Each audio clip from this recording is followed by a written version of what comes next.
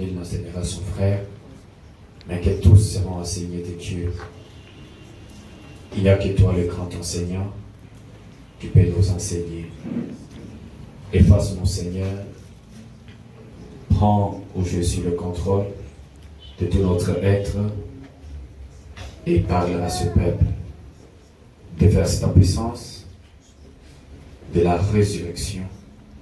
Guéris les malades, ramène les rétrogrades, sauve les perdus, redonne-nous la joie et que la gloire te revienne.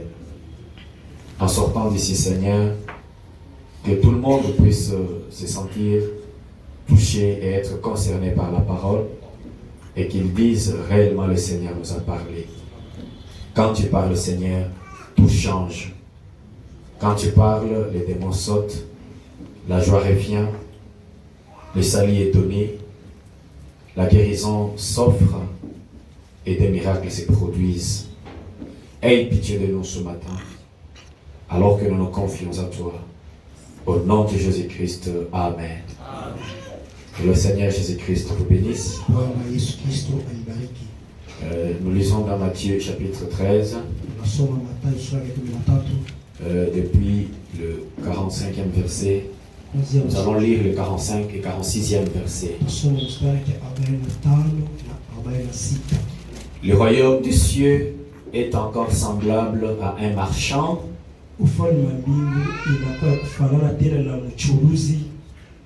qui cherche de belles perles.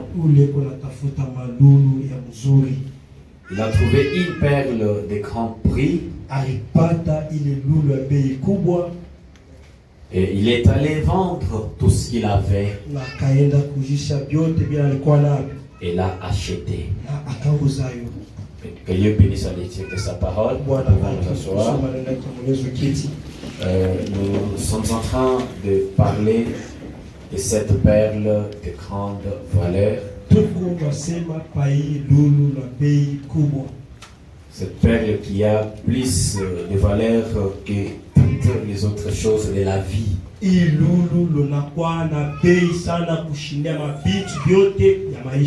Cela vaut votre vie entière.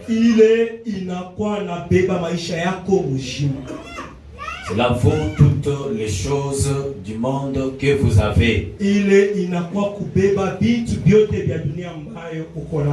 Et cette belle perle dont nous parlons, c'est le salut. Amen. Nous l'avons dit, le salut a un nom. Et le salut s'appelle Jésus. Et le salut, le vrai salut, devrait être révélé dans les derniers temps. Selon 1 Pierre chapitre 5, chapitre 1er, depuis le 5e verset. À vous qui, par la puissance de Dieu, êtes gardés par la foi.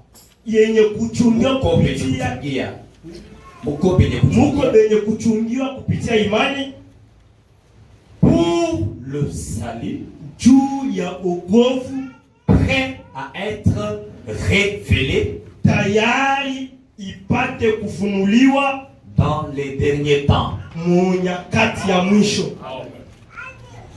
Ici l'apôtre ne dit pas que le salut sera révélé en son jour, c'est-à-dire au jour où il vivait.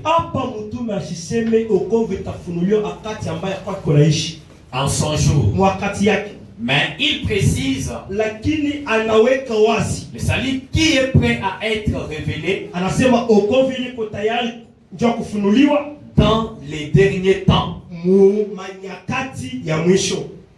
Au verset 6, C'est là ce qui fait votre joie. Ndio ile kunafanya furaha yenu.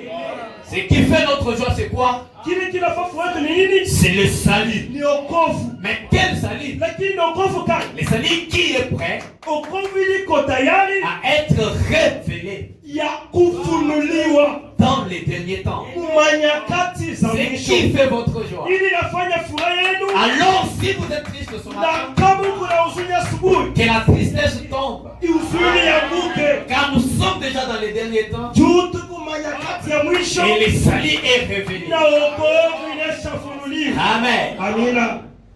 C'est là qui fait votre joie. Ndio ili nafanya furaha yenu. Quoique maintenant, Hata hapa sasa, puisqu'il le faut, juu inabidi vous soyez attristés pour un peu de temps upate kuzunika njoo muda mfupi par des diverses épreuves, kupitia majaribu ya kuachana, afin que l'épreuve de votre foi, juu ya jaribu ya imani yako plus précieuse que l'or périssable, ya damani kushindia dhahabu ile inawezi kupotea, ce qui cependant est prouvé par le feu, ile inashajaribiwa kupitia moto, et pour résultat la louange, iko na matukio usifu, la gloire et l'honneur, utukufu na heshima, lorsque Jésus-Christ apparaîtra. wakati ile Bwana Yesu Kristo atonekana.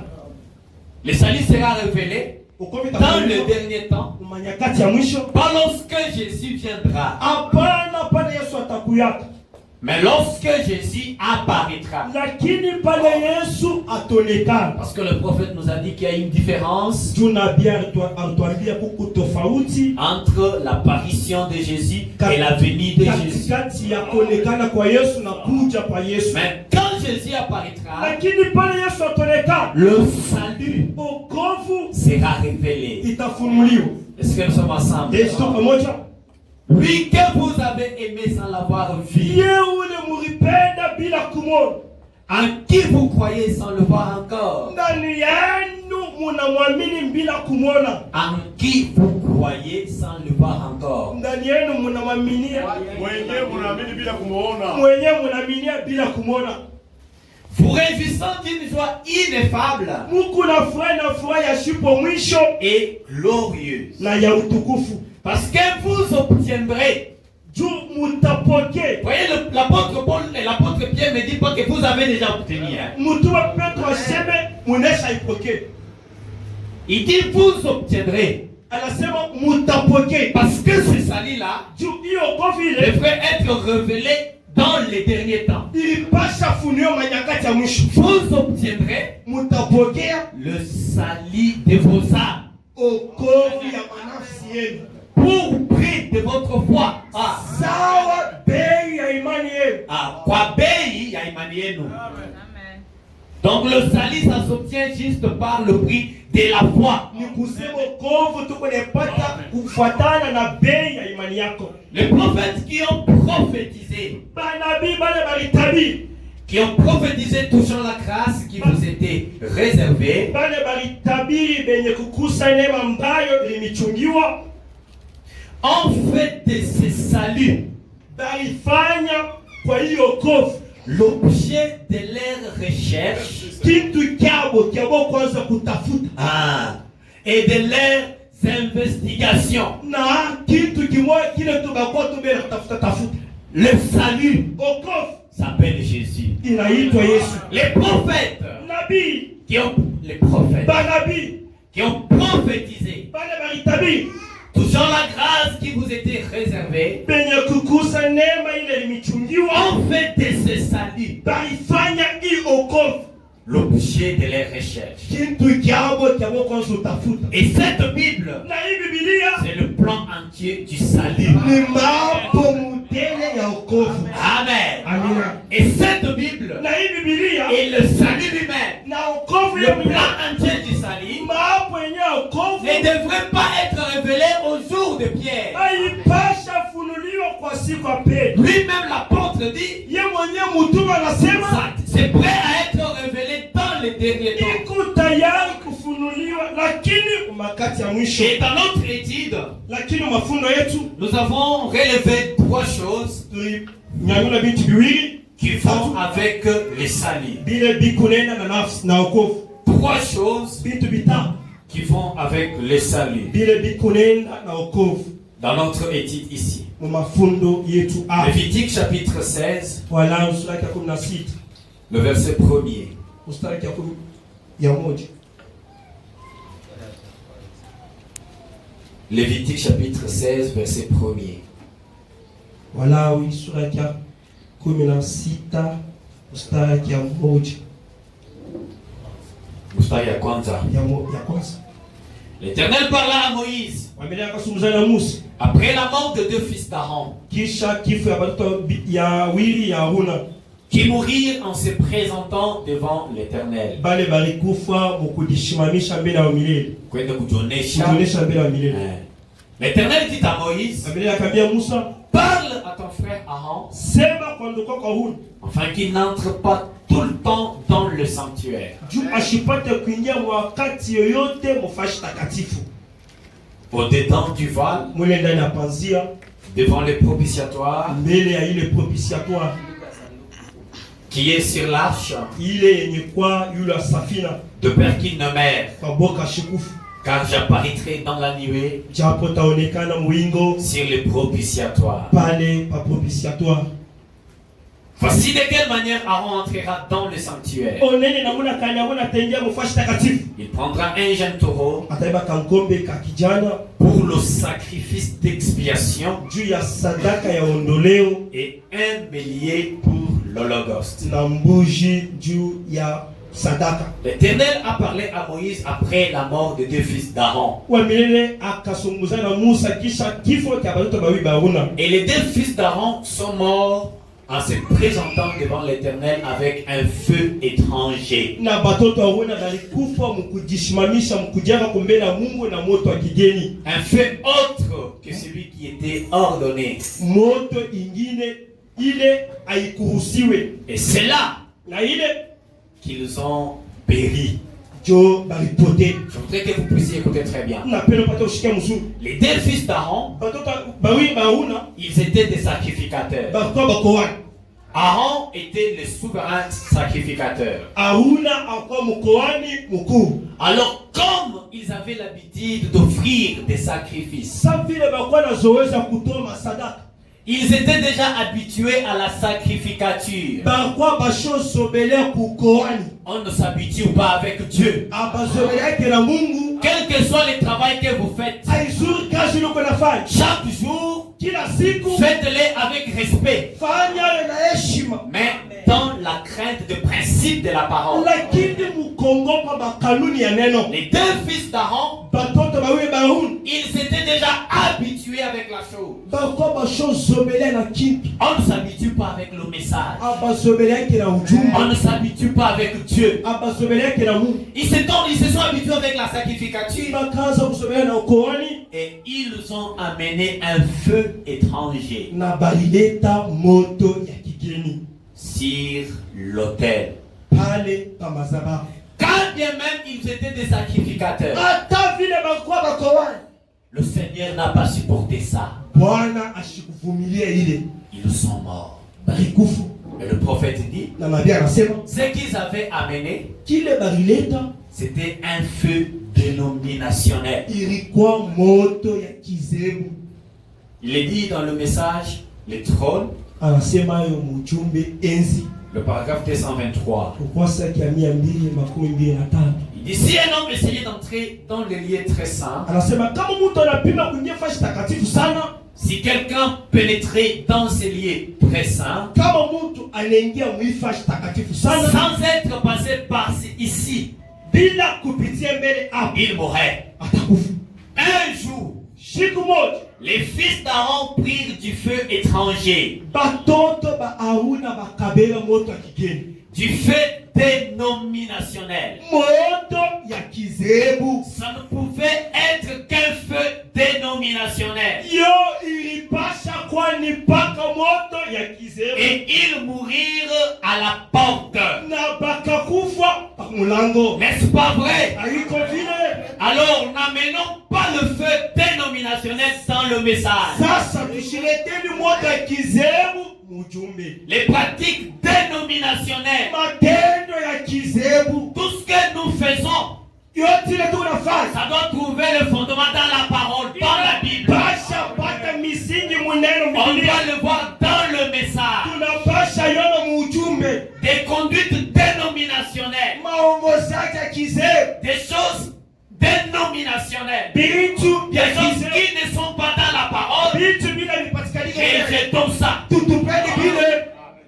Parce qu'aujourd'hui, Tous les ce qui est plus grave, yenye kwa ya ole sana. ce n'est plus la mort physique. Aina kifo kia mwili kia kuelekea. Les deux fils d'Aaron Watoto wao huna sont morts physiquement. banakufa mkimwili. Mais la mort aujourd'hui qui est misérable, qui fait peur, Lakini kifo kia leo c'est la mort spirituelle. ni kifo kia La kiroho. plupart sont déjà morts spirituellement. Mingi banesha kufa mkiroho. Parce qu'ils ont ajouté quelque chose à ce que Dieu n'a pas donné. Juu baongeza kitu bile Mungu ashikuleti. Ils veulent embellir la parole de Dieu.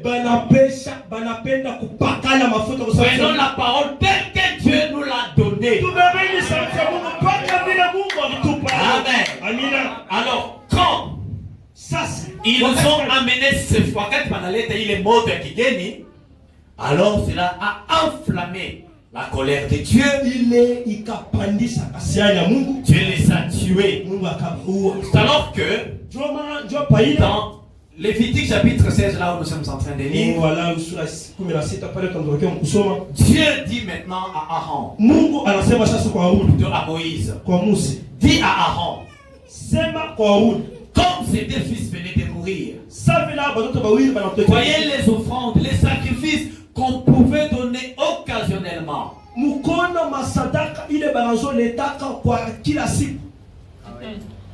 Kwa kawaida, Kawaida. qu'on l'amène plus comme ça. Bashanza kuileta tena vile. Actuellement, Sasa les sacrifices qu'on pouvait donner à tout moment ont été abolis. sadaka ile banapasha leta wakati yote ile inaanguka inabomoka. Pour la purification du peuple, Juu ya utakaso wa taifa Aaron, Haruni. je lis maintenant les critiques là où nous étions. Soma andiko njoo pale tukunia. Je voudrais que vous soyez très attentifs, c'est vraiment un enseignement. La pena kwenda angalia. L'Éternel parla à Moïse Wamela kasunguzana après la mort des deux fils d'Aaron, kisha kifika ya watoto wawili Haruni. qui mourirent en se présentant devant l'Éternel. Bale bakufa mkujeka mbele wa milele. Kujionesha Kujionesha. mbele ya milele. L'Éternel dit à Moïse, Wamela kambia Musa, parle à ton frère Aaron, sema kwa ndugu wako Haruni. afin qu'il n'entre pas en tout temps dans le sanctuaire, Ashipate kuingia wakati yote pafashi takatifu. au-dedans du voile, Mule ndani ya panzi. devant le propitiatoire, Mbele ya ile propitiatoire. qui est sur l'arche, Yenye kwa yule safina. de peur qu'il ne meure. Kwa boka ashikufu.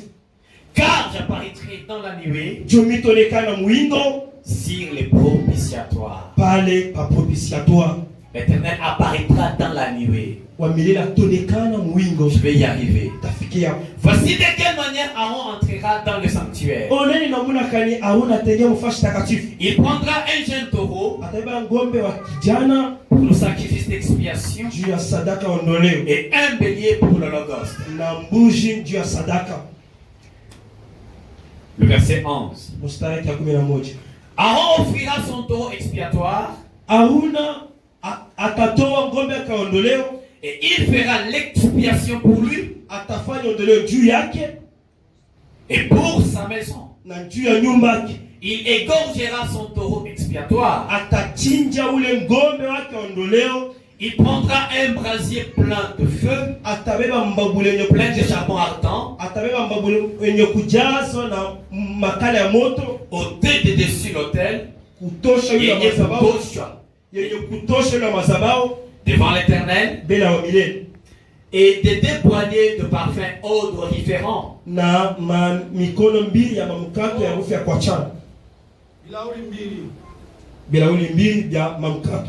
Et il portera ces choses au-delà du voile. Ataleta bile bintu ile ngambo ya panzia. Il mettra le parfum sur le feu devant l'Éternel, Ataweka manukato pa moto mbele wa milele afin que la nuée du parfum couvre le propitiatoire. propitiatoire. juu ya wingo ya mamukate ipate finyika ile propitiatoire. La nuée du parfum couvre le propitiatoire. Wingo ya mamukate ipate finyika propitiatoire Qui est sur le témoignage. yenye kwa pa ushuda Et il ne mourra point. na hasta kufa kama. Verset 14. Mstari wa 14. Il prendra Atabeba du sang damu du taureau ya ng'ombe et il fera l'aspersion na atafanya kumimia avec son doigt na kilole kyake sur les devants du propitiatoire pale pambele ya propitiatoire vers l'Orient. kule kwa asubuhi. Il fera avec son doigt 7 fois l'aspersion du sang Atafanya mara 7 kumimia na kilole kyake devant le propitiatoire. mbele ya propitiatoire. Écoutez, Mshikeni, je vous ai dit que dans le plan du salut tel que nous sommes en train de l'étudier ici, ninasema mapokovu hivi tunatokea tunaifunda hapa. j'ai ressorti 3 choses principales Natosha bitu bitatu bya mafaa qui vont avec le salut. bile biko natembea na wokovu Selon Lévitique chapitre 16, kufuatana na Walawi sura ya 16. premièrement, Kwanza Aaron doit avoir un sacrifice. Aruna anapasha kuwa na sadaka. Est-ce que nous sommes ensemble? Eto pamoja Un sacrifice. sadaka moja. Et quand le sacrifice est là, Na kama sadaka iko hapo, on doit examiner le sacrifice tunapasha chunguza Bana. sadaka. Banapasha chunguza sadaka pour voir si le sacrifice est parfait, juu ya kona kama sadaka iko kamili, s'il a des défauts ou pas. kama iko na makosa wala pa. Amen. Amina. Et quand on vérifie le sacrifice, Na kama banachunguza sadaka, quand on a créé le sacrifice, banakubali sadaka, on trouve que le sacrifice mérite. banakuta sadaka inastahili. À ce moment-là, Mwile wakati on immole, on tue le sacrifice. banachinja, banaua sadaka. Est-ce que nous sommes ensemble? Eto pamoja Et on prend du sang. na banabeba damu. C'est la deuxième chose. Ile ni kitu cha pili.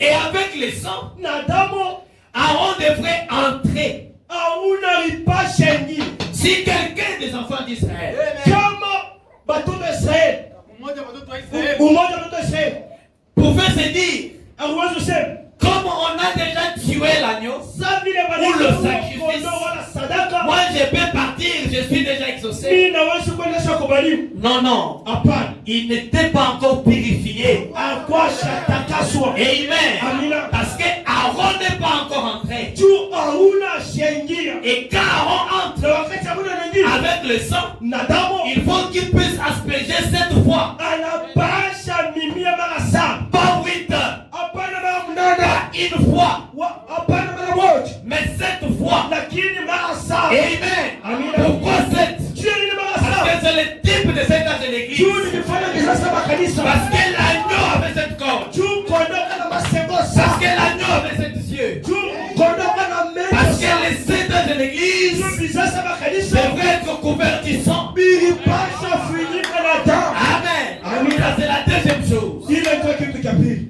Et la troisième chose, Kitu cha tatu, Aaron Aruna devrait sortir alipasha le peuple d'Israël taifa qui était autour du tabernacle devrait voir Aaron sortir. balipasha kona Aruna anatoka. Si Aaron est sorti, Kama Aruna donc anatoka, maintenant nous sommes purifiés. bana tunatakaswa. Parce que le processus Juma na mando est maintenant complet. inaisha Si vous timilika. le croyez, applaudissons pour le Seigneur. Mshangilie Bwana. Amen. Amina. Amen. Amina. Amen. Amina. Est-ce que le tableau commence à devenir clair? Kibaki na kwa wazi. Je voudrais qu'il soit beaucoup plus clair. Nataka ikwe wazi sana. Et le prophète nous dit, Na nabii anatuambia l'Ancien Testament agano ya kale est l'ombre du Nouveau Testament. ni kivuli ya agano kipya.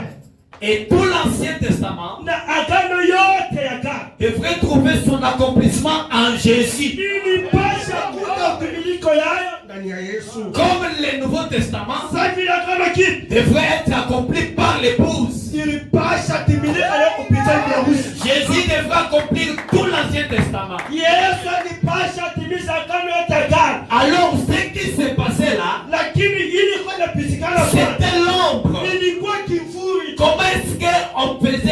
l'expiation. namuna kani walikuwa wanafanya ondoleo. Quelqu'un, un adorateur amenait le sacrifice. Mtu mwabudoji alikuwa analeta sadaka. C'était une chèvre, un bouc, une génisse ou je ne sais quoi. Kwa mbuzi, ngombe, shioka nini. Quand il l'amène, Wakati analeta, il pose ses mains sur l'agneau ou le anaweka sacrifice. mikono pa sadaka Est-ce que nous yake. sommes ensemble? Yetu pamoja. Et maintenant, Sasa après que le sacrificateur a déjà examiné le sacrifice, na kisha mkooni kuchunguza sadaka. maintenant l'adorateur, lui, Sasa mwabudoji yeye il place ses mains sur le sacrifice yeye akoleka mikono pa sadaka et il commence à confesser. na anaanza kukiri. Je suis un homme mauvais. Miko mtu mubaya. Je suis un voleur. Miko mwishi. Je suis un adultère. Miko msharati. Pendant ce temps, Wile wakati on coupe l'agneau ou le sacrifice. kona kata kichwa sadaka. Et les sang sort. Na damu inatoka. Pendant que les sang sort, Wakati damu inatoka. l'homme sent que la culpabilité m'a quitté. Mtu anashikia mubaya kwa sababu ya mtoto. À l'endroit où moi je devrais mourir, Basi nilipasha kufa. cet agneau, cette génisse, cet animal Unyama a pris ma place. inabeba fashi yangu. Et il partait. Na anaenda Il était pardonné. na kuwa mwenye kusamehe. Mais Lakini les désirs du péché mania ya dhambi n'étaient pas ôtés. alikuwa Les inaondoka. désirs étaient toujours en lui. Nia ilikuwa mpaka ndani yake. Il a fallu Ilibidi que cela s'accomplisse maintenant dans le Nouveau Testament. nipate timilika mwakano kipya. Hébreux chapitre 9. Ebrania 9. Le verset 11 pour gagner du temps. Mstari ya 11 ndio hapo ina Mais wakati. vous pouvez lire tout le chapitre. Mwenezi soma sura yote. Mais Christ est venu comme souverain sacrificateur Lakini Kristo anakuja sasa mkoani mkuu. des biens à venir. Ya vizuri bila vinapasha kuwa. Il a traversé le tabernacle le plus grand et plus parfait. Akatambuka maskani ya mkubwa na kamili sana.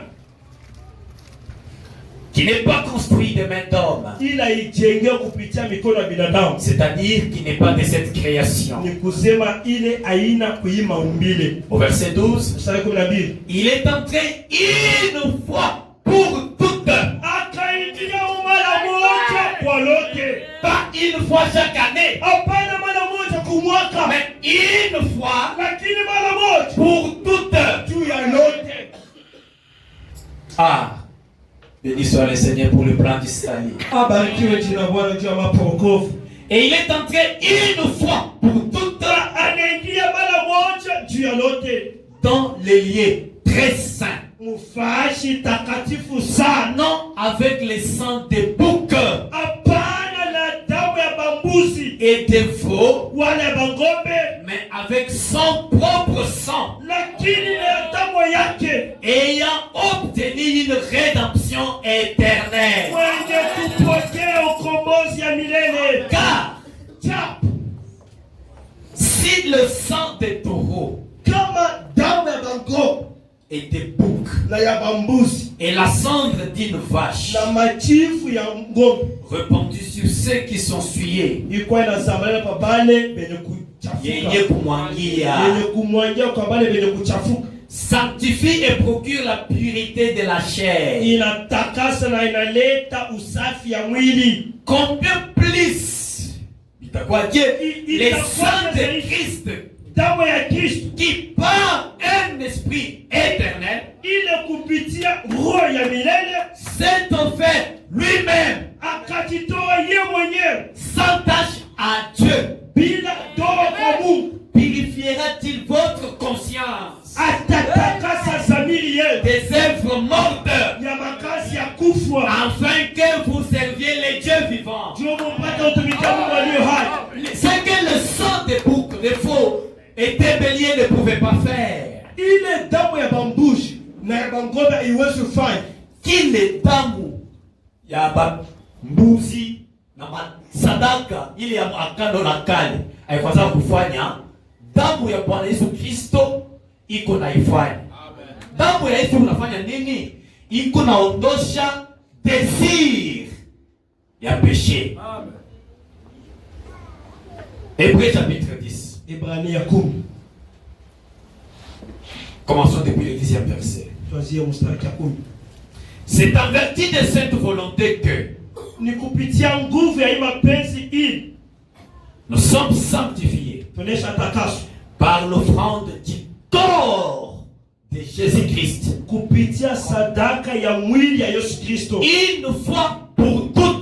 Mara moja kwa Je sais pas si lote. vous comprenez. Sasa kama unaelewa. Ça, c'était une offrande annuelle. Ile ilikuwa ni sadaka ya kila mwaka, Une habitude annuelle zoezi, tabia pour la kuzogelea, purification. jua kutakasa wala Mais kuondosha. cette offrande-là, Lakini ile leo sadaka ça n'enlevait pas les désirs du péché. haikuanza kutosha ile nia ya nzambi, Mais ça couvrait le péché. inafunika tu nzambi. Quand bien même l'adorateur Hata vile mwabuduaji wala mkristo pouvait se réjouir. afurahiwe, Mais en réalité, muukweli mkusema le désir du péché ile mzizi, nia ya nzambi demeurait encore en lui. ibaki mpaka ndani Mais yake. il y a une offrande Kukakula sadaka que Dieu a créée. ile Mungu alikupana, Et cette offrande-là, na ile sadaka c'est l'offrande qui est le corps de Jésus-Christ, ni ile sadaka ni mwili ya Bwana Yesu qui Kristo. a été offert une fois pour toutes. Ile balitoa mara moja kwa yote. Ce n'est plus quelque chose que Dieu doit encore faire aujourd'hui. Anasema leo wanakitenda, kesho Il l'a wanafanya. fait une fois pour Wale wale toutes. walifanya, tunamalizika, unaishia. Dieu ne sauve pas deux fois. Mungu aokoake mara mbili hapana. Il sauve une fois pour toutes. Kwa mara moja vyote vinamalizika. Alors les Écritures disent, Maandiko yanasema hivi. c'est en vertu de cette volonté Kwa kupitia kufunika kwa ile uwezo, que nous sommes sanctifiés ile tunatakasiwa par l'offrande kupitia sadaka du corps de Jésus-Christ. ya hii mwili ya Bwana Yesu Kristo. Une fois pour toutes. Mara moja kwa yote. Qu'est-ce qui nous sanctifie? Inatakasa ni nini? C'est l'offrande Sadaka qui est le corps de Jésus-Christ yenye kuwa mwili ya Bwana Yesu Kristo. qui a été offert Ile balitoa une fois pour toutes. mara moja kunamalizikia hapo. Et tandis que tout sacrificateur Ile saa kila mkuhani fait chaque jour le sacrifice anatoaka sadaka et offre souvent le même sacrifice, na kila siku matoleo moja moja hivi, ils ne peuvent jamais ôter le péché. ile haitaondosha, haitazimisha dhambi hapana. Lui, Yeye après avoir offert un seul sacrifice pour le péché, kisha tu kutoa mara moja sadaka juu ya dhambi, s'est assis pour toujours yoyo anaekala kunamalizika kwa mara moja tu, à la droite de Dieu, anaketi kumkono wa ume ya Bwana en attendant désormais na kongojea kwa kusema hivi, que ses ennemis soient devenus son marchepied.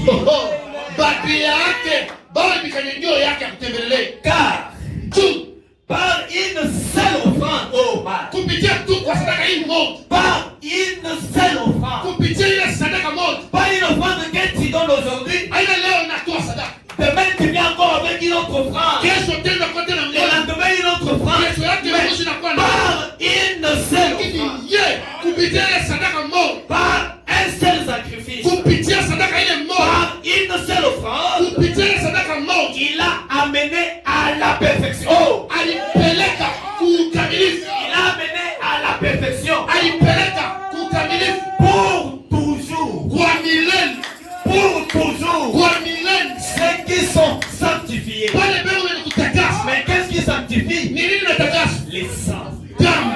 Amen. Mes chers frères, Bandugu yangu, dans la Bible, mbele Biblia, dans l'Ancien Testament, mwagano wa kale, lorsque l'adorateur s'avançait, pale mwabuduaji anazokaribia, les sacrificateurs n'examinaient pas l'adorateur. lakini mkuhani asikuanza kuangalia mtu huyo anakuwa kuleta sadaka. Je pense que nous sommes ensemble. Mishi mtu tunaelewana. Ils n'examinaient pas l'adorateur. Asikuanza kuangalia ule mtu Le anakula mtoto, sacrificateur examinait le sacrifice. lakini mkuhani anaanza kuchunguza mbuzi kama kuwakilema wala haikuche. Peut-être que l'adorateur, il boitait un peu. Hata kama wewe unaanza kutembea unasumkuta, Mais le sacrifice lakini hiyo ne sadaka peut pas boiter. yo haichukue ya kilema pale. Peut-être que l'adorateur était borgne. Saa zingine wewe lito ulikuwa na kufa, Mais le sacrifice yo ngombe ne mbuzi devait pas être borgne. isikuwe na licho kufa pale. Peut-être que le sacrificateur Saa zingine mkuhani avait un certain défaut physique. ukakuwa saa zingine kuna kilema fulani, Mais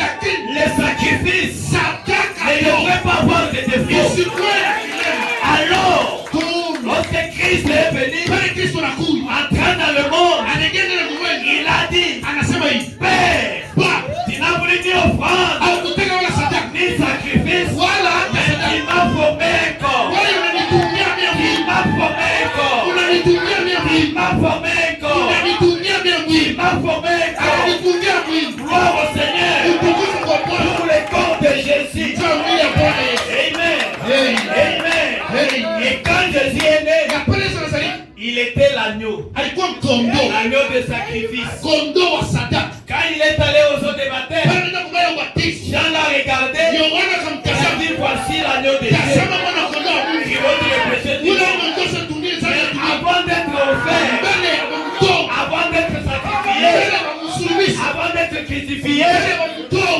Pilate a dû le garder pendant 4 jours. Anamchunga masiku hii. Il a gardé pendant 4 jours. Anamchunga masiku hii. Mon prophète te dit, Na anasema anasema. mon prophète te dit, il était en train de vérifier Anaanza kuangalisha. pour voir Aone si mbele. Jésus avait le défaut. Kama Yesu Alléluia. Amen. Alléluia. Amen. Je suis dans le message. Yesu mjumbe. Il y a d'adoration que Dieu a choisi. Nafasi ya kumjua ile Mungu anapochagua. 20 février 65, Février 1965. paragraphe 75. Kifungu kile makumi sita na tano.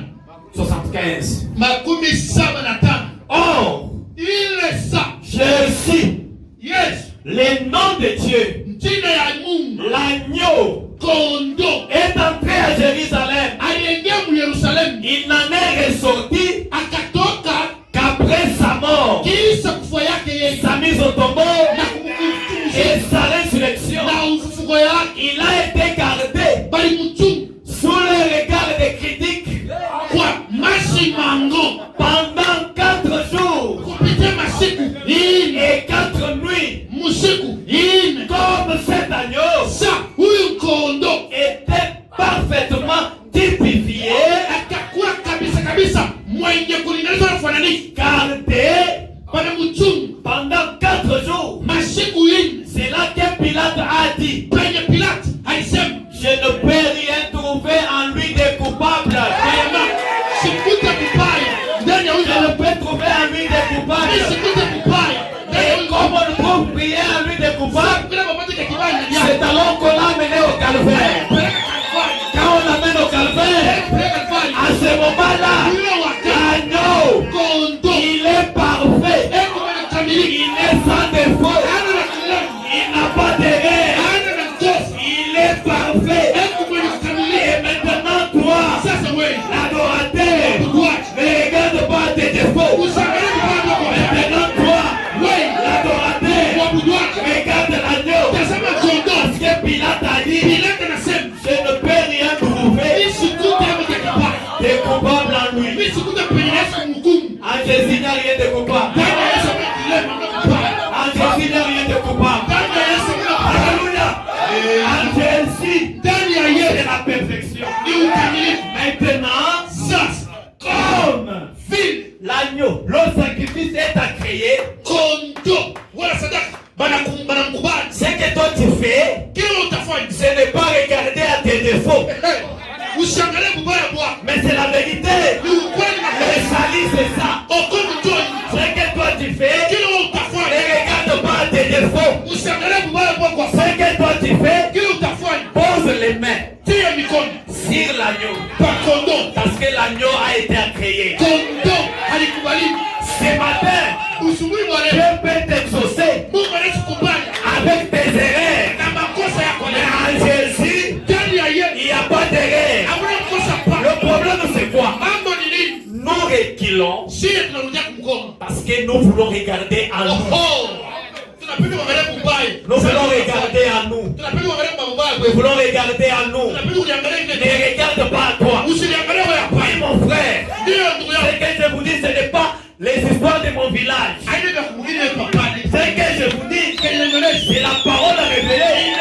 Parce que le salut, l'apôtre Pierre a dit, Mtume Paulo anasema hivi. le salut est prêt Okovu ni tayari. à être révélé. Balifunuliwa. Mais pas en son temps, Haina wakati wa Paulo. mais au dernier temps. Ni wakati wa mwisho. Applaudissons pour le Seigneur. Endelea kwa Bwana mikono.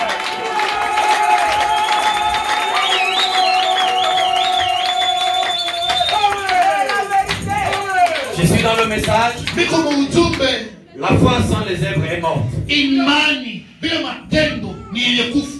Le 2 août 50. 2 août 1950. Paragraphe 30 et suivant. Kifungu kile kumi na tatu na ile namba 5. Je pense seulement le paragraphe 30. Lakini nianze tu. Je suis prêt. Mimi naangalia sasa yangu vile mzuri. Eh bien, Na mzuri. comment obtenons-nous la guérison? Sasa utunzu tunaipokea kaje? Vraiment là, Ndugu Branham. avant tout, Bon, mbele ya yote. vous ne pouvez pas être guéri. Au utapata kutunzu hata.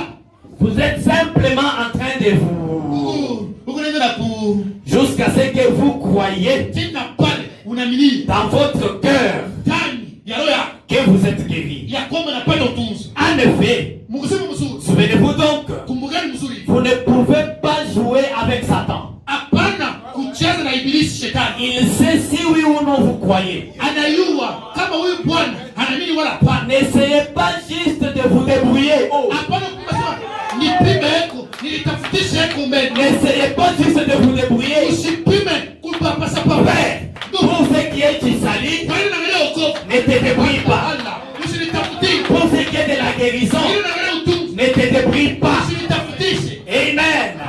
Amen. N'essayez juste pas de vous débrouiller. Usipime kunitafutie. Croyez vraiment. Wewe amini tu. Maintenant, Sasa pensez-y, waza hivi. amis. Rafiki, Dès que vous pensez aux choses sérieuses avec Dieu, kama unapita wala kuwaza kwa vitu vya mafua na adabu yote ya Mungu, il traitera des choses sérieuses avec vous. na yeye atatenda mambo na heshima yote na adabu. Je vous invite, Église, Na kanisa kanisa na mikono. commencez des choses sérieuses avec Dieu. Waanza vitu vya kunyoroka na Mungu. Dieu traitera des choses Na sérieuses. yeye Mungu atafanya vitu vya kunyoroka na wewe. Dès que vous commencez des choses sérieuses avec Dieu, Kama unaanza mambo ya kunyoroka na Mungu, il traitera des choses sérieuses avec na vous. yeye atatenda vya kunyoroka na wewe. Oh, combien Namna gani nous na? devons prendre. Écoutez. Mnaona? Alors, Kumbi, par la foi donc, kupitia imani kusema, écoutez, sikia mimi. il est le souverain sacrificateur Eko mkuhani kuu de votre confession. ya kukiri kwa Vous êtes guéris unatunziwa juste par le mérite par lequel vous êtes sauvés. kupitia ile kwa kukubaliwa kwenye unatunziwa. Vous êtes sauvés Unaokolewa par le mérite de Christ. kupitia yeye kukubaliwa kwa Kristo yeye Qui mwenyewe. est sauvé par ce mérite ici? Nani kwa uwezo wake anatokolewa? Mais Lakini par le mérite de Christ, kupitia kukubaliwa kwa Kristo yeye nous mwenyewe. tous, Shipo nous sommes sauvés. tunaokolewa. Oui, mes chers frères, Ndio ndugu yangu. si tu regardes aux œuvres, Kama unaangalia matendo tu n'en auras pas de bonnes. lakini wewe mbaya, usitakuwa na matendo mzuri hapana. Vous êtes sauvés par le mérite de Christ, Ni kwa kupitia kwa kutaka kwa kujipendeza kwa Kristo. par les mérites. Kupitia yeye kutahidi kwake yeye. Kustahili kwake. yeye. Mes chers frères, parce que on vérifie, on surveille, on examine l'agneau. Kuchunguza, kuangalishisha, kondoo.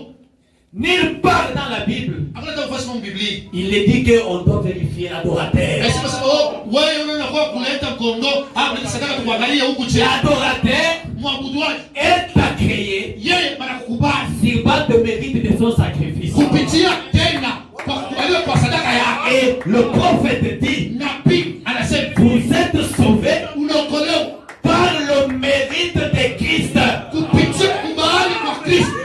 Si je suis sauvé, Kama unaokolewa mimi, c'est parce que Christ est digne. Kristo anastahili. Si je suis sauvé, Kama naokolewa, ce n'est pas que je suis digne, anasema mimi nastahili. mais c'est parce que Christ, Jésus est digne. Yes, Kristo anastahili. Si je suis sauvé, Kama unaokolewa, c'est parce que Jésus n'a pas de défaut. Yesu hana kilema. Si je suis sauvé, Kama unaokolewa, c'est parce qu'en Jésus il y a la perfection. kama Yesu ni mkamilifu. Oui, mes chers frères, Ndio ndugu yangu wewe. est-ce vrai? Eti kweli. Maintenant, Sasa ne vous confiez pas à vos propres mérites. ushangalie wewe kwa kustahili kwako. Alléluia. Parce que je pense que c'est ce qui doit faire notre joie. Ndio ile inapaswa kufurahisha hiyo. C'est ce que le frère Pierre a dit. Ndio vile ndugu Petero alisema Ce qui fait notre joie, c'est quoi? inaleta furaha ni nini? Le salut Oko qui est prêt à être révélé. ile iko tayari, ile watafunuliwa. Maintenant, quand l'aigle est venu, Sasa pale ndani anakuja. il a trouvé les gens en train de compter sur leurs mérites. Anakuta bahati bado anajifuna na kustahili Il kwako. a Là, vous commettez des erreurs. mkosi unafanya pale. Au temps du soir, Wakati wa et magharibi. celui qui est révélé Kabla ya kufunuliwa. nous enseigne que Anatufundisha toi, kuamini. tu dois te cacher derrière le sacrifice. Kuchama kumkongo ya sadaka. Amen. Papa me dit, Na wewe unasema ne vous confiez pas à vos propres mérites. lakini usiegemee pa kustahili kwako wewe. Vous ne pouvez rien faire Hauna kile wewe pour être sauvé. ndio okolewa wewe. J'ai relu. Na somo Vous ne pouvez rien faire hauna tawa kufanya wewe. pour être sauvé. Ndio wewe huyu okolewa. Croyez simplement en lui. Amen. Mambo tu amenye ndani yake. Je ne pourrais pas aller au ciel par ma justice. Aina kupitia waki wangu mimi nitaenda kumbingwa hapa. Hallelujah. Dites Amen. Sema mimi. Amen. Dites Amen. Mseme kwa mimi. Je ne peux pas aller au ciel par ma justice. Aina kwa waki yangu mimi taenda mbinguni hapa. Parce que le prophète dit, Na bila sema la loi m'arrête. sheria hiyo inanibamba, inanikamata. La justice me condamne. Waki inanihukumu. Mais la grâce me libère. Neema inaniachilia. C'est vrai. Je ne pourrais pas aller au ciel Siwezi par ma justice. kwenda mbingu kupitia waki yangu. Il y aura un peuple Kutakuwa taifa moja là, kule ngambo. au ciel, bien sûr. Kule ngambo kumbingu kusema. Par votre justice, Kupitia waki yako. Dieu ne voudra pas agréer cela. Haha.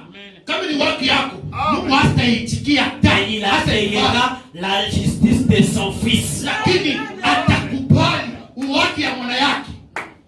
C'est ce qui fait notre joie. Kiani kinaleta furaha yetu. Selon ce que l'apôtre Pierre nous a dit. Kufuatana na mtume Petero Il anasema agréera la justice de son fils. atakubali uwaki ya mwana wake. Et si nous croyons en lui, Tukamwaminia ndani yake. comme le disent les Écritures, Ili maandiko yanasema si nous croyons qu'il existe tukaamini kwamba sema yiko et que nous le confessons, na tunamkiri il produira la justice en nous. atatosha uwaki ndani yetu. Disons Amen.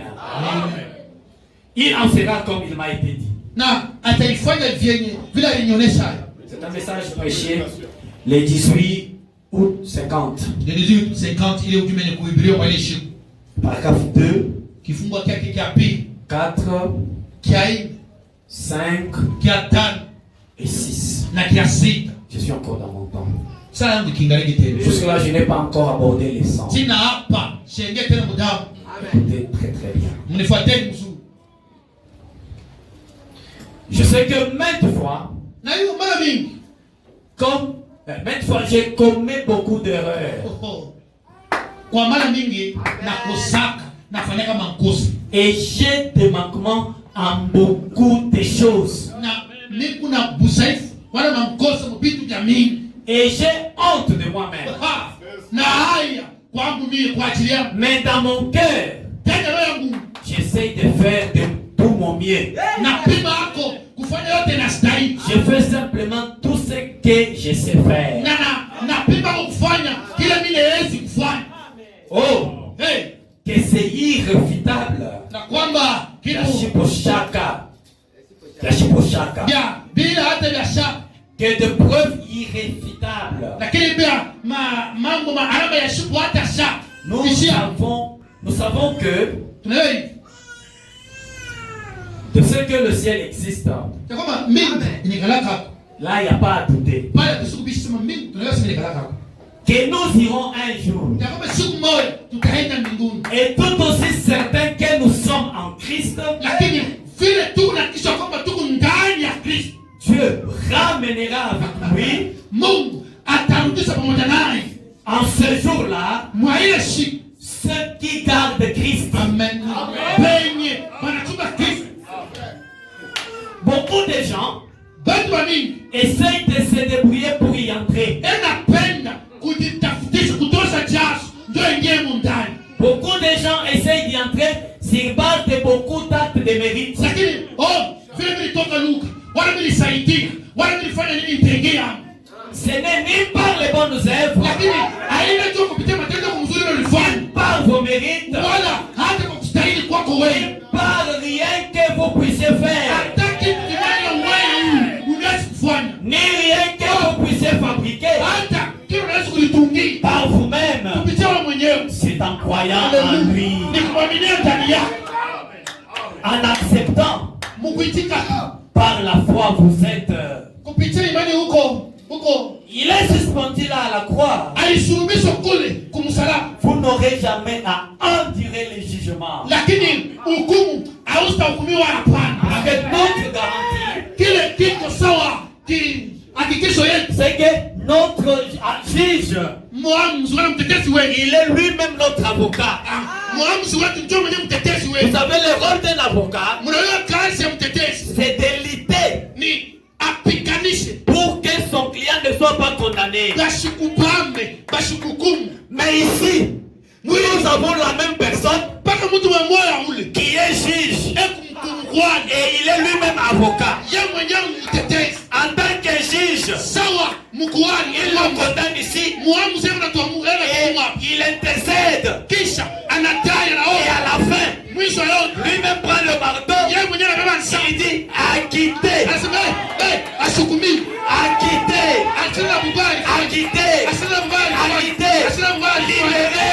Libéré. Pas de condamnation. Oh, gloire soit rendue au Seigneur. Amen. Amen. Amen. Vous n'aurez jamais à endurer les jugements. Dieu a jugé vos péchés en lui. Amen. Vos péchés ont été jugés en lui. Vos péchés à vous ont été jugés en lui. On l'a examiné. On l'a examiné. On l'a examiné. Et finalement Pilate a dit, je ne trouve rien de coupable en lui.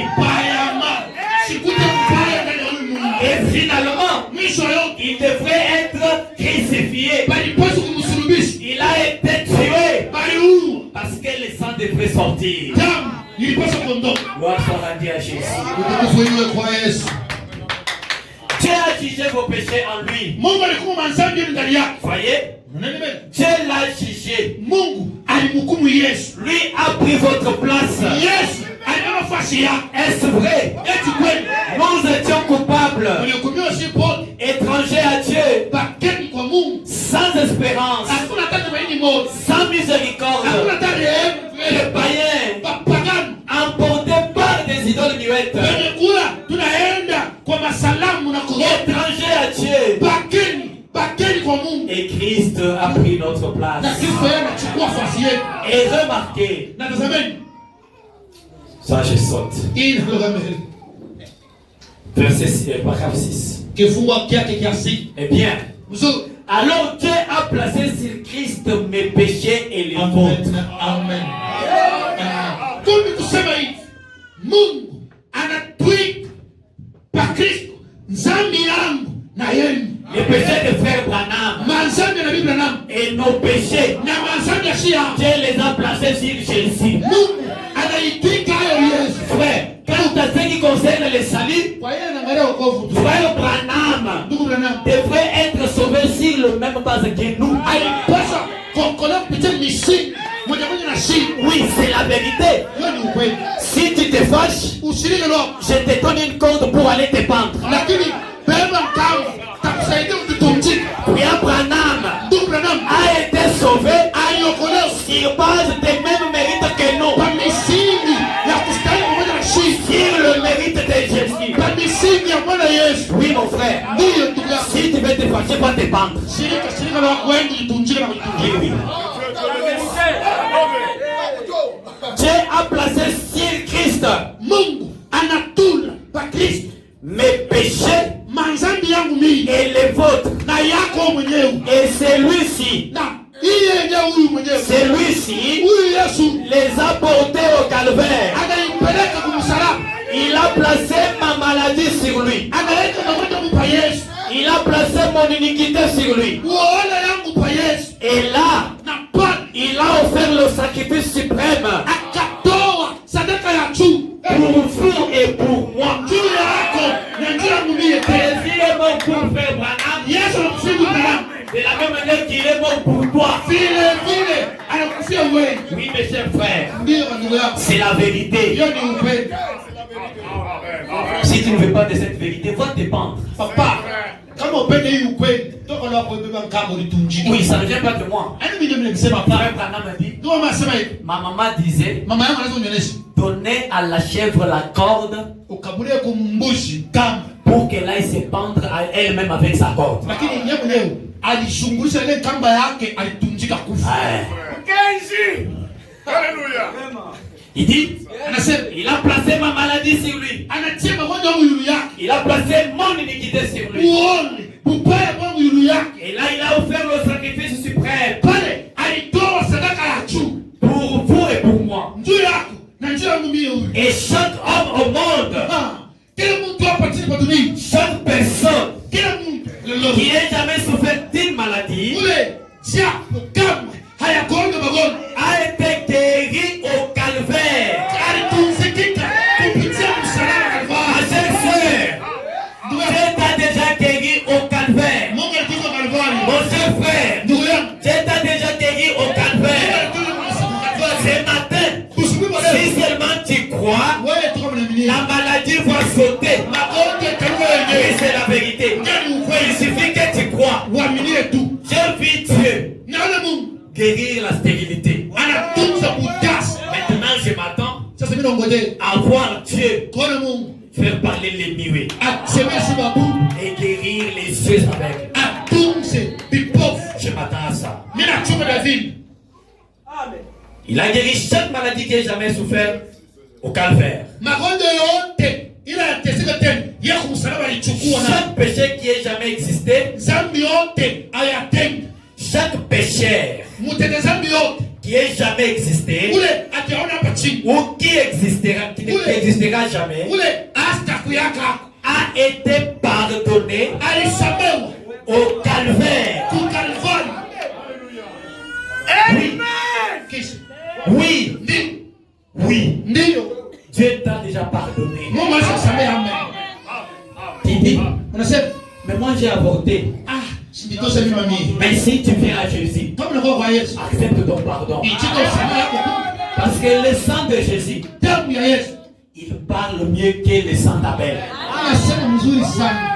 Inatakasa kushindia hata ya Abeli. Le sang d'Abel accusé. Lakini ya Abeli yo inaweza kuchongea. Mais le sang de Jésus abrite. Ya Yesu yo inafutika wala inafutika. Aujourd'hui, Leo qui que vous soyez, wote uko Kikuyu. si vous venez avec sincérité Kama unakuwa uwaki upana moto. dans le sang de Jésus, Mtamu wa Yesu il Kristo vous purifiera. anakutakasa.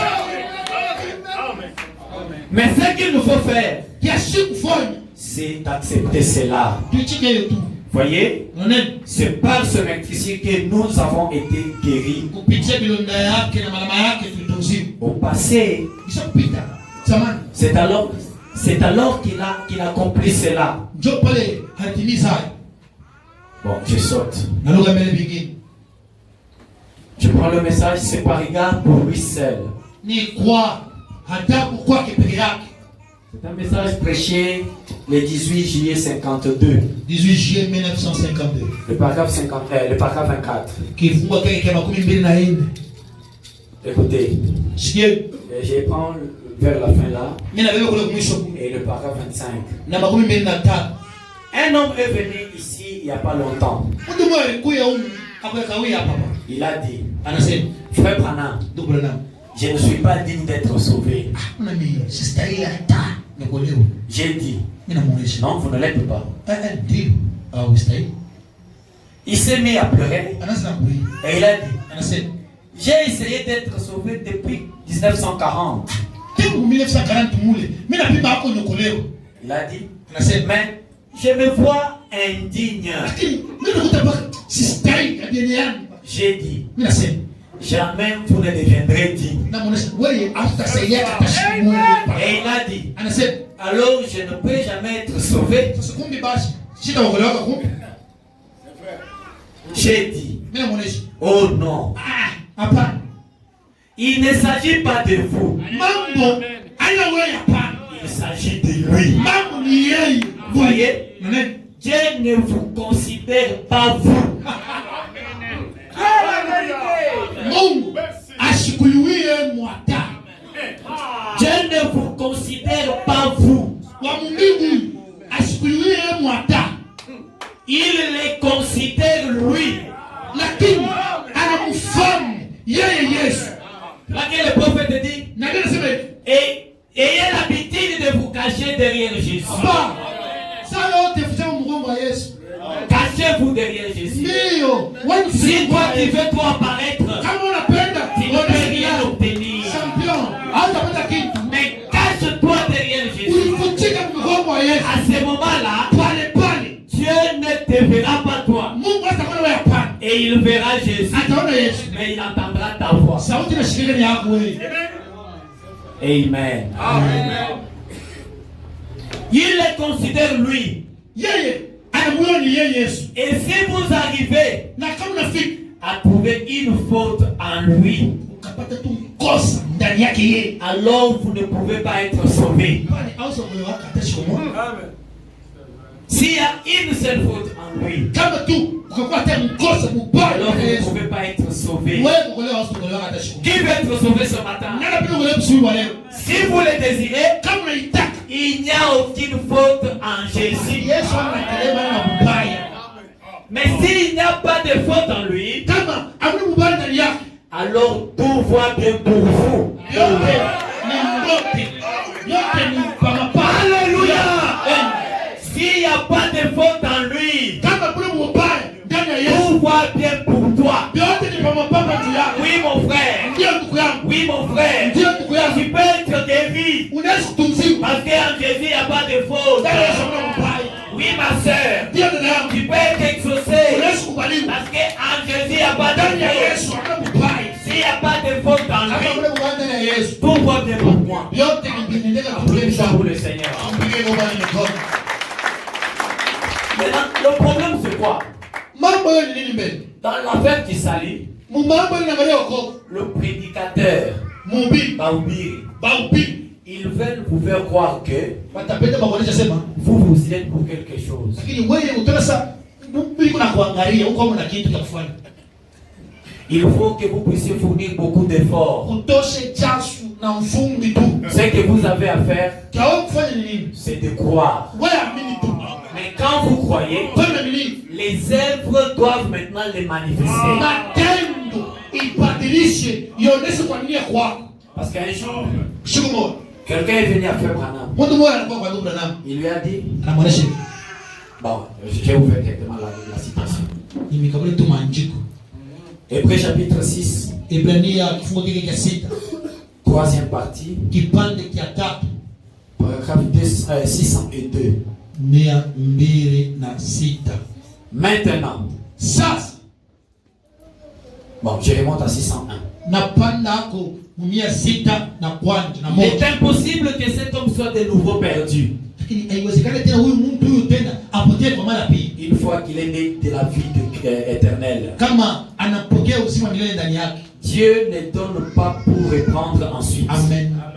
Mungu hasta kupea uzima milele kisha kesho kwa mimi naibeba tena uzima wa milele hapana. Celui qui écoute mes paroles Wewe unasikia maneno yangu. et qui croit à celui qui m'a envoyé Ananena huyu ananituma. à la vie éternelle Hebu na uzima wa milele. et ne viendra jamais en jugement. Na hasta rudi kuhukumu. Mais il est passé de la mort à la vie. Anatoka kukifu anakuwa kuzimu. Je les ressusciterai au dernier jour. Tamfufula mwashiko wa mwisho. C'est la promesse de Dieu. Yoyo ni malaka wa Mungu. Maintenant, si vous poursuivez votre chemin en disant, Unambatana na njia yako mkusema. oh, eh bien, Basi mzuri. dans ce cas, Mwimambo hii. je peux faire tout ce que Nisifanye vyote hata vile bina. je fais tout ce que je veux. Mimi nafanya vyote mimi nataka.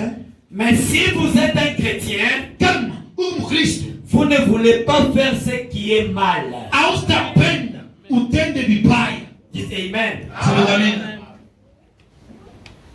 Vous ne voulez pas faire ce qui est mal Au upende kutenda mabaya. à cause de la vie même qui est en vous. Amen. Njoo ile uzima iko ndani yako. Du fondement même. Misingi yenyewe. Si vous voulez faire le mal, Ukatenda. Ukapenda kutenda maovu. ça montre que le mal est ici à l'intérieur. Mbaya kwa ule ndani njoo. Voyez-vous, Amen. la parole de Dieu n'est pas confuse. Neno la Mungu haina imekuwa na mvurugo hapana. La confusion est dans votre tête. Mvurugo ni humo mkichwa. Moi, je prêche la parole telle que les prophètes l'ont dit. Mimi nabileta paka na bia bileta na mipale. C'est vrai. Clair. Job. Yob. Bon, j'ai relu le verset, le paragraphe 25 d'abord. Nasomana mbele makumi mbili na tano pale. J'ai dit, oh non, il ne s'agit pas de vous. Haina mambo hapana. Il s'agit de lui. Ni mambo yake yeye. Voyez, Unaona? Dieu ne vous considère pas vous. Mungu ashukuru hata kwa famille. Il le considère lui. Lakini ena famille ni yeye Yesu. Et si vous arrivez à trouver une faute en lui, Na kama unapata tu mkosa mbaya ndani yake Yesu. alors Kumbi vous ne pouvez pas être sauvé. au sitokuliwa ku. Mais s'il n'y a pas de faute en lui, Kama hakuna mbaya ndani yake. alors tout va bien pour vous. Yote ndio ni butamu juu yako. Mais s'il n'y a pas de défaut Kama hakuna mkosa en lui, ndani yake. alors il n'y a pas de défaut en vous. Kumbi na wewe ndani amen. Hakuna mbaya. Il a dit, Anasema je vois Frère Branham, lakini naona je vois ça. naona ile mambo sasa. Il voulait crier. Alipenda lalamiki. J'ai dit, Sema ile mettez-vous d'abord en ordre. tengeneza maisha. Ensuite, cela aura lié. Lalamiki. Alléluia. Voyez-vous? Nani? Parce qu'il y a les gens qui disent, Kama ndio anasema, Christ a tout fait. papa, ndio basi kulipa. Je peux boire. Ona mpombe ni mimi yako kidogo. Dieu ne me voit pas. Mungu asione Il ni voit Jésus. ni mambo ya Yesu. Je commets adultère. Nasaretiki. Dieu ne me voit Mungu pas. asione Il voit ni Jésus. Yesu. Si vous faites ça, Kama unafanya kazi. c'est un signe que vous n'êtes pas encore sauvé. Inaonyesha bado Amen. Est-ce que la parole est claire? neno wazi. Est-ce que le son est clair? Mpigio iko ni kwenye yangu. Job, serviteur de Dieu. Yobo mtumishi wa Mungu. C'est un message prêché le 23 février 55. Le 23 février 1955 ujumbe ni kuhubiriwa. Priez que je puisse déborder un tout petit peu, même de 15 minutes. Na miomba hapo tu kanisobesha. Niache tatambuka kwa tatina kwa 15 minutes. Est-ce que vous le permettrez? Mtapenda nipitishe mu kidogo. D'accord. Mzuri. Paragraphe 54. Il en est ainsi aujourd'hui. Nous les coupables, Si ben kukumiwa les indignes, bala bastahili. nous méritions la mort. Si tunastahili kifo. Nous ne sommes pas dignes de vivre. Hatustahili kuishi. Nous ne sommes pas dignes de venir à Christ. Hatustahili kuwa kwa Kristo. Nous ne sommes pas dignes de demander quoi que ce soit. Hatustahili hata kulomba chochote. Mais Dieu ne regarde jamais à votre indignité. Lakini Mungu ashangalia hata kwa ule ubaya wako wote.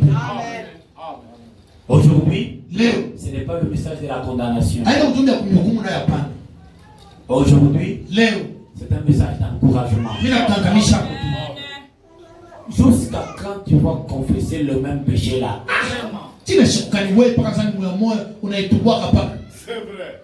C'est comme si toi tu es devenu le même hier, aujourd'hui et pour toujours. Wewe Mungu jana, leo na milele. Frère, Ndugu, si tu as déjà confessé, kama sio mtu, sœur, si tu as déjà confessé, kama sio mtu, oubliez. sawa. C'est vrai que le diable viendra pour vous en rappeler. Shetani kila siku mawazo ataanza kukumbusha hapo paka. Quand il viendra pour te rappeler, Bado kwa kukumbusha. oublie. Pointe-le Jésus. Umuoneshe Yesu ashakufunza. Parce que le sacrifice est là. Sadaka iko pale. Non, je ne peux pas être exaucé parce que j'avais fait. Parce que, mais tu dois être exaucé. Unapaswa kubaliwa. Qu'est-ce que j'ai dit? Nasema nini? Vous devez être. Unapaswa kubaliwa. J'ai dit quoi? Nasema nini? Vous devez être. Unapaswa kubaliwa. Oui. Ndio. Dieu doit vous exaucer. Mungu anapaswa kumkubali. Parce que, Njoo pour commencer, mbele ya yote vous hapo. ne méritez rien. Haustahili kitu wewe mwenyewe. Pour ce qui est d'être digne, Kwa ile unastahili, vous ne l'êtes pas. haustahili ti. Mais Christ l'est. Kristo yeye anastahili. Dieu ne regarde jamais à votre indignité. Mungu asiangalie kwa vile haustahili. Il a regardé à l'agneau. Anaangalia mkondo yeye. Amen. Eh bien, Mzuri. s'il n'arrive pas à trouver des fautes en Christ, Kama yeye Mungu akute mkosa ndani ya Kristo. alors vous êtes libre. Kumbe kururu. Amen. Si Dieu kama Mungu n'arrive pas à trouver des fautes en Christ, asipate mbaya ndani ya Kristo, alors tu es libre. kumbe uko huru. Et c'est quelqu'un peut m'aider ce matin Eti mtu anaweza kusema asubuhi kwa leo à dire kusema je suis libre. niko huru, Je suis libre. niko huru Parce qu'en Jésus, tu ndani ya Yesu il n'y a pas de défaut. amona kosa. Mais quelle est la chose qui doit continuer à te lier? Lakini mambo kadhaa yanaanza pale. Frère, tu n'as plus besoin d'être lié. Aufungiwe hata usifungiwe Tu tena. es libre. Uko huru, Tu es libre. uko huru. Nous allons y arriver. Tutafika Parce que les salis uko. se trouvent là où se trouvent les livres. Iko pale pepo kitabu. C'est pourquoi Aaron devrait entrer. Mbele Aroni basi kuingia. C'est pourquoi Aaron devrait entrer. Kwa maana Aroni basi kuingia. Les salis se trouvent là où il y a les livres. Okovu iko kwenye huu Mais kitabu. les livres ont été pris. Kitabu ni kibele. Les livres ont été déjà donnés. Kitabu ni kipeo. Tu es libre. Uko huru. Oui, mon frère. Ndio ndugu yangu. Tu es libre. Uko huru. Voyez, Mnaona? il est mort à votre place. Anakufa fasha. Eh bien, Nzuri. s'il a un défaut, Kama kuna mkosa, vous n'êtes pas encore libre. kumbe hauna tena huru. Mais Dieu ne vous examine pas vous. Lakini Mungu akuchunguze wewe hata. Il examine l'agneau. Anachunguza kondoo. Vous dites, Unasema, je ne suis pas digne de sortir de ces fauteuils roulants. si mtu ana nguvu ya Mais kulamuka. malheureusement, il n'y en a pas ce matin. Lakini babi wetu hapana Il n'y en a kusudia. pas. Hapana Vous hapa. dites, je ne suis pas digne Unasema, sistahili de sortir de ces fauteuils roulants. ya kutoka baraka ngiza Ce soir, c'est vrai que vous ne l'êtes pas. kweli haustahili. Mais Dieu ne vous examine pas. Lakini Mungu asikuchunguze wewe. Non, je ne suis pas digne Hapana, sistahili. d'être guéri du sida. Tusiwe kwa sida. C'est vrai que tu ne l'es pas. Ndio hauna. Mais Dieu ne t'examine pas toi. Mungu asikuchunguze wewe. Non, je ne suis pas digne Mimi sistahili. d'être guéri de la gastrite. Nitunzie kwa Frère, gastrite. c'est quoi la gastrite? Kasi ndio nini mbele. Regardez d'abord l'agneau. Angalia mbele kondoo. Il a reçu 39 points. Bali mpika mfimbo 39. Ça correspondait à chaque grave maladie Inaambatana na upungufu wa malali yote ya nguvu ile kunumisha kichwa. qui devrait arriver sur la terre. Ile iliposhukua hapa chini. Mais lui, l'agneau les a portés. Ye kondoo anaivua. Mais tu cherches encore quoi, mon frère? Mambo ni nini Ce tena? matin, crois seulement. Uzuri wa leo ni nini? Quelque chose doit se passer. Mais c'est la vérité. Ndio Parce ubaya. que Jésus est digne. Yesu anastahili. Si quelqu'un le croit, Kama mtu anaamini moi je suis sûr que quelque chose va se passer. mimi najisema hivi kafiki. Merci. Cela dépend de ce que vous en pensez. Inaambatana na vile unawaza. C'est vrai. Amen. Ça dépend de ce que vous pensez. Kufuatana na vile unapitisha mkichwa Vous wako. dites, Unasema, Frère Branham, ndugu Branham, je suis une femme horrible. niko mwanamke mbaya sana. J'ai vécu de façon illégitime. Haya naisha mbaya sana vibaya. J'ai même brisé le vœu de mariage. Lakini hata kweli bwana nitambuka kweli J'ai bwana. fait ceci. Nifanye hivi na hivi. Et Monsieur Branham, Baba Branham, je vous assure, namwakisha hivi. je suis un soulard. Mimi kalewa. J'ai fait ceci. Nafanya hivi. Peu importe ce que vous avez fait. Hata mbaya kanifanya. Peu importe ce que vous avez fait. Ingawa mateso yoyote nipitie. Dieu ne regarde jamais à vous. Mungu asiwaelewe wewe Frère, hapa. si ça ne me donne pas la joie, qu'est-ce qui fera encore ma joie? Sasa kama hivyo nilipe furaha. Kilinde nitaleta furaha yangu. Dieu ne regarde jamais à vous. Mungu asikuangalia hata siku moja. Il regarde à l'agneau. Ela angalia kondoo. Et il l'a déjà accepté. Na ye Mungu asakubali kondoo. Il a déjà accepté l'agneau. Asakubali kondoo. Ainsi donc vous êtes libre. Amen. Hivyo huru. Dieu ne vous voit pas. Mungu asikone wewe. Il voit l'agneau qui meurt à votre place. Anaona kondoo. Ela funga fashi yako. C'est des frères. C'est de quoi faire crier quelqu'un, n'est-ce pas? Aendelea kumfanya kulalamika. Crions pour le Seigneur. Anamigea kwa Bwana. Assurément, Kabisa kabisa. lorsque vous pensez cela sur base de la parole. Ukawaza hayo kupitia misingi ya neno. Amen. Lévitique chapitre 16. Walewi 16. Le verset 14. Kifungo kile cha 14. Là, nous allons voir ce que le sang est capable de faire. Pale tutaona kenye damu kile inaweza kufanya. Il prendra du sang des taureaux atachukua damu ya ng'ombe, il fera l'aspersion avec son doigt atafanya umimio na kidole chake sur le devant du propitiatoire vers l'Orient, mbele ya nsani ya utakaso kwa kongo kwa juu, et il fera avec son doigt 7 fois hii damu ataimimia mara 7 na kidole chake, l'aspersion du sang kumimiwa kwa damu devant les propitiatoires. mbele ya nsani ya kusafishia. Jésus-Christ est mort, Yesu Kristo alikufa et au travers de sa mort, na kupitia kifo chake il a ouvert une brèche, anafungula njia les 7 âges de l'Église. vizazi 7 vya kanisa.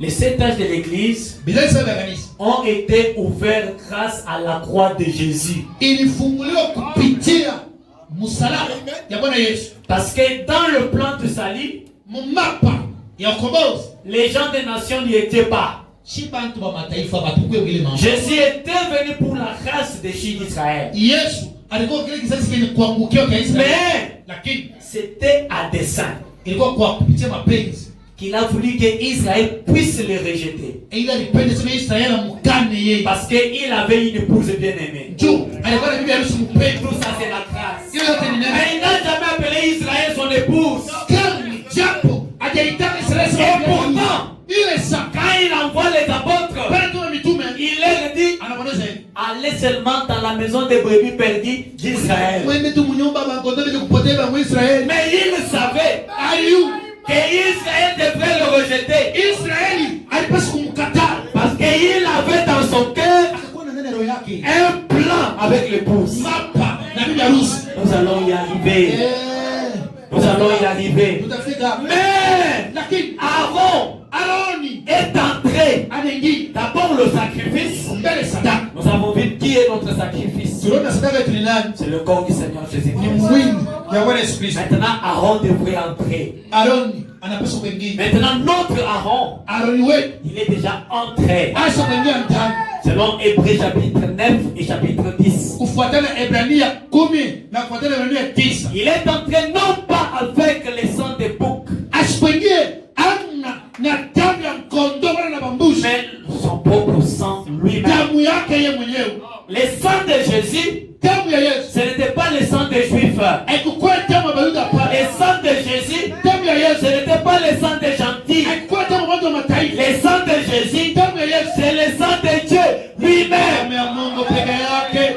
Amen. Amen. Et les 7 fois que Aaron aspergeait, Mala 7 ile Aroni anaweza kumimia. ça représentait les 7 âges de l'église. Inaanza kuonyesha vizazi 7 ya kanisa. Quand il asperge pour la première fois, Akamimia mara kwanza. Paul vient, Paulo anakuja. Paul prend le message. Paulo anabeba ujumbe. Maintenant, Paul commence à circuler. Paulo anaanza kutembea ujumbe. Tout celui qui croit le message de Watu Paul, wanaamini ujumbe wa Paulo. il se place sous le sang Anakaa chini ya damu et il est sous l'expiation. na eku pale pa makao pa utakaso. Et le dernier, Na ya mwisho la 7e aspersion, umimio ya saa c'est le 7e âge de ni l'église. kizazi cha 7 ya Quand kanisa. Aaron asperge, Pale Aroni anamimia. nous voyons un aigle venir Tunaona mtai à anakuja. la chicane. Alashi Le prophète William Branham, anabeba ya maana. il prend le sang. Anabeba damu. Il commence à circuler. Anaanza kuzunguruka. Quand il circule avec le sang, Paulo anazunguruka na damu. il arrive à Colosie, Anafika kukolezi. il trouve le frère Élie. Anakuta ndugu Eli. Frère Élie se place sous le sang Ndugu Eli anakaa chini ya damu. et il est sous Na l'expiation. eku chini ya utakaso. Quand il arrive, Pale anafika. il prend le frère Ézéchiel, Anabeba ndugu Ezekiel. il se place sous le sang, Anaenda chini ya il damu. accepte son expiation. Anachika Quand il arrive, il prend le frère David, Anabeba ndugu il Daudi. le place sous le sang. Anaenda chini ya damu. Quand je verrai le sang, Pale taona damu. je passerai par-dessus. Tapitia ulieni. Vous savez, mes chers frères, Anabeba ndugu yangu. même en Égypte, Hata Misri. si un enfant d'Israël Kama mtoto wa Israeli appliquait pas le sang, asiweke damu. Dieu allait le tuer. Mungu alipaswa kumuua njoo. L'ange destructeur Na pale malaika wa uponaji allait le tuer. alipaswa kumuua. Même si un Égyptien Hata kama mtu Misri appliquait le sang, anatia damu. il n'est pas de l'Égypte, il n'est pas israélien. Asina mtoto wa Israeli. Mais il a appliqué le sang. Lakini anaweka Il se damu. place sous les signes. Anafunika chini ya laka. Quand l'ange vient, Pale malaika anakuja. il passe par-dessus. Anapitia juu yake. Oui, c'est la vérité. Hiyo ni ukweli. Quand je verrai le sang, Pale taona damu. je passerai par-dessus. Tapitia ulieni. Sans effusion de sang, Bila kumwagika kwa damu. il n'y n'y a pas de pardon de Hakuna péché. msamaha ya makosa. Amen. Frère, Ndugu Branham anasema hivi. je suis dans le message. Mimi ndani ya ujumbe. Écoutez les adoptions. Umusikie. Prêché Ukubaliwe. le 12 juillet 1960. 12 juillet 1960. Le paragraphe 17. Kifungo chake cha 17. Écoutez, Msikie. et en pensant aux petites choses, Lakini kuwaza mtu vitu kidogo rien que ce passage des Écritures-là, kwa kuangalia tu ile maandiko ile ya Biblia il est suffisant. inastahili nene. Ces 3 mots suffisent pour déclencher un réveil dans le monde entier. Amen. Lakini hii maneno tatu tu inastahili ndio kuona uamsho kubwa ndani ya ulimwengu mzima. Pour commencer un réveil. Njoo kwanza uamko mzima Et sauver chaque personne là au monde. na kwa kile mtu pale dunia. Il y a quelques années, Peko hapa miaka hapa. je lisais un article dans un magazine qui faisait de la publicité, je pense. Ndaanza kusoma gazeti moja ile inaanza kufanya kafumu wa kintu na salia. C'était l'essence Sinclair. Lakini kwa kama ni ile gazeti ya Sinclair vile vile. Ou une certaine marque remarquable d'essence. Au vitu mnaka ma essence ile ya kafumu ile ni chaque famille. On disait qu'un gallon d'essence Sinclair, Lakini baadhi kusema kwamba sema ile 1 litre tu ya ile essence Sinclair ile dans un type de machine, na kuweka mu magari sahihi. si c'est de fabrication robuste, Kama basi kufanya hiyo motoka mzuri ya nguvu soulèverait les sphinx à une hauteur de 25 cm de la terre. itafanya kwamba sema itanyanyua kile kima yulu sana na kushindia yulu sana hapo yulu hapa. Et je me suis dit, Na mimi nasema mwenyewe hivi. oh, Sema comme la société Sinclair aime vanter la puissance de son essence. namna gani hii kampuni ya Sinclair inatapaka hii maproduit yao inafanya. Et qu'une petite quantité peut beaucoup faire. 1 litre tu kanisa kufanya kazi ya mingi. Mais j'ai pensé, Kisha mimi na wasi ndani yangu. ce soir, Hii magharibi. qu'une seule goutte du sang Toni moja tu ya damu de Jésus-Christ ya Bwana Yesu Kristo peut faire sortir chaque pécheur de la boue d'argile. inaweza kutosha kila mtenda dhambi mu matope ya dhambi.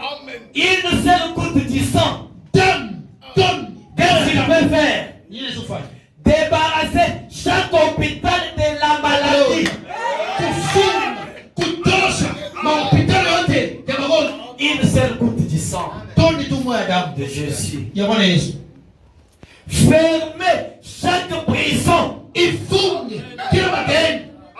Si quelqu'un le comprend très bien. Eti mtaifuata mzuri Donc, si vous avez une goutte du sang de Jésus, kadamu tu kiloko tu kakoti kamoja ka Bwana Yesu, vous pouvez aller à l'hôpital, unaweza kwenda kule kumwanga shukuli, vous y arrivez, unafika kule hospitali ya mwanga Yesu avec le sang de Jésus, na damu ya Bwana Yesu, on ferme l'hôpital, banafunga ile hospitali ile. tous les malades sortent. Babu ndio kwa wanasambalala C'est ce que le sang de Jésus est capable de ndio kile faire. uwezo damu ya Bwana Yesu Kristo inaweza kufanya. Si vous avez une seule goutte de sang, Kama tuna toni moja ya damu, vous allez à la prison de Dilala, unaenda kule kupresenti la kule, tous les prisonniers sortent. maprisonniers wote watatoka, Qu'est-ce qu'ils feront? watafanya nini? Quand ils accepteront le sang, Pale watachika ile damu, ils cesseront d'être des malfaiteurs. hapata kwa tele bantombozi hapana. Le sang de Jésus-Christ les Damu ya transformera Bwana Yesu Kristo itabadilisha, en des bons citoyens. banakuwa waaminifu watu Et basi. là, on ferme la prison. Na pale banafunga ile maprizo. Le sang de Jésus est capable de le Damu faire. ya Yesu kuna uwezo wa kutimiza vitu. Fermer chaque prison Kufunga kile deni et chaque service pénitentiaire. na ane ile yote Le mnayo. sang de Jésus ferme ça. Damu ya Bwana Yesu Kristo inafunga hayo. Débarrasser chaque asile de fous, de ces malades. Ho, kutoza mahopitalo yote ya mawenda masimu. Voilà. Wale vitu ambavyo vitembea mzuri. Vous y allez avec le sang de Jésus. Unaenda na Bwana Yesu Vous Kristo. trouvez quelqu'un, la tête ne fonctionne pas bien. Ele sema kanyakanyaka. Vous lui appliquez un peu du sang de Kuna Jésus-Christ. mwingine tukadema wala. Et tous les fous quittent l'asile de femmes. Masimu wote wanatoka mnyumba wa Ils sont guéris. banapata utubu. C'est ce que le sang de Jésus est capable de Ndio faire. kama Bwana Yesu Kristo ana uwezo wa kutimiza. Répandre de la joie partout au monde. Kuleta furaha popote ulimwengu. Avec une seule goutte du sang Na toni moja ya damu du Seigneur Jésus-Christ. ya Bwana Yesu Kristo. Amen. Un jour, Siku moja tu. Frère Branham est dans un musée. Ndio Branham anaenda kuzo mzee vile bila kuchungia vitu. Je ne sais pas si c'est un musée ou une musée, l'un ou l'autre. Shiu kama ni misé, kama ni la misé, kama ni le misé shiu. Alors, Kumbe il trouve là anakuta mle misé. un homme de couleur. Mtu wa rangi mweusi. Il avait des petits cheveux blancs comme une couronne sur sa tête. Lakini hapa pa kichwa yake hapa ashakuwa na maivu ya black. Il regarde dans une vitrine Anaangalia mkabati ule mweusi. et il commence à pleurer. Anaanza kulia bila anaanza kuona ndani ya kile kabati. Quand il pleure comme ça, Pale nini? ça attire l'attention du prophète. Nabii anamwangalia huyu jamaa, nini? Il s'avance vers lui. Anakaribia kwa ule mtu. Il dit, monsieur, Anasema, "Baba, je suis le révérend Branham. mheshimiwa wala pastori Branham. Je ne sais pas comprendre qu'est-ce qui peut t'émouvoir, t'amener au point de pleurer en regardant dans ce musée. Lakini shiwe ni kile kinakupeleka nini ulie uone machozi hivi mkuangalia ndani ya hii Il kabati." dit, quand je regarde dans ce musée, Anasema, "Pale ninaangalia ndani ya hii kabati, il y a une robe. Mungu mkanjo mmoja ashafungia mle ndani." Est-ce que tu as regardé cette robe? Na wewe Branham unaangalia ile mkanjo. Il regarde. Na anamwambia, Mais je ne vois rien qui puisse émouvoir un vieil homme comme toi. sasa hii mkanjo ndio ile kina kulilisha tu Il machozi. dit, mais observe, sur la robe, Angalia pale mkanjo il y a pale. une tache de sang. Peku doa ya damu. C'est le sang d'Abraham Lincoln Ni damu ya Abraham Lincoln. qui a fait que moi, un homme noir, Ilifanya sema mimi mtu mweusi aux États-Unis d'Amérique, huyu kwa Amerika huko je sois libre niwe huru et heureux. na niko mfuraha. Frère Branham s'est écrié, si le sang d'Abraham Lincoln Kama damu ya Abraham Lincoln pouvait faire ça à un homme noir, kuleta machozi kwa huyu mtu mweusi. quel ferait le sang de Jésus-Christ? Kama maana sisi tunafanya je? Vous voulez savoir ce que le sang de Jésus fait? Mrefu yake ni mtu mweusi sisi tunafanya. Je suis dans le message. Siku mjumbe. Oh là là, il est 12h, accordez-moi quelques temps, je vais arrêter. Tuko 12 pili. Mnisaidie nitamaliza, mnipe time kidogo. Je suis dans le message, je serai avec toi, Mimi mjumbe nitakuwa nawe. comme j'ai été avec Moïse. Hivi ndiko pamoja na Musa. C'est un message prêché Ni ujumbe ni le kuhubiri 11 septembre 1960, 11 septembre 1960. le paragraphe 199. Kifungo kyake kia 199. Il dit, Anasema écoutez très bien, mshikeni mzuri. par la grâce de Dieu, Kwa neema tu ya Mungu, je dois quitter ma maison. napaswa kutoka kwangu kunyumba. Je ne peux même pas rester là, Lakini mimi sasa nitabakia mle mnyumba mule. car les gens du monde entier y téléphonent. Bantu ba Mungu msema bana nipigia hapa kwa masimu. Des hommes de toutes sortes, Bantu wa marangi yote. des potentats, Lakini ba chef, des monarques, ba rais, des rois, ba fani. des gens importants, Bantu bale wenye kujigana ba des fani. hommes d'affaires, Wafanya biashara. des prédicateurs viennent du monde Kwa entier. ubiri na wewe mlimwengu mzima. Ils téléphonent, Bale nipigia simu. ils téléphonent, Bale nipigia simu. téléphone, Kuipigia simu. téléphone, Kuiniita. jour après jour, Siku na siku. nuit après nuit. Usiku na usiku. Qu'est-ce qui a fait cela? Sasa ni nini leta hii? Le sang de Jésus-Christ qui est dans mon âme. Damu ya Bwana Yesu Kristo ilikuwa ndani ya nafsi yako. Oh, Hey, alléluia. haleluya. Parce que la robe, Yenyewe mtani. c'est une personnalité. Ni Mungu. Oh, merci Jésus. Asante Yesu. Qu'est-ce qui fait cela? Nini leta hii? C'est le sang Damu de Jésus-Christ ya Yesu Kristo. qui est dans mon âme. Iko ndani ya nafsi yako. Comme Iko sawa. le sang d'Abraham Lincoln Damu ya Abraham Lincoln. a enlevé la ceinture d'esclavage de l'homme noir. Inahakikisha kutumwa kwa mtu weusi kwa Amerika. Ainsi, le sang de Jésus-Christ Damu ya Bwana Yesu Kristo. a enlevé les chaînes du péché. Inatosha kuvinyana na nzani. Alléluia. Haleluya.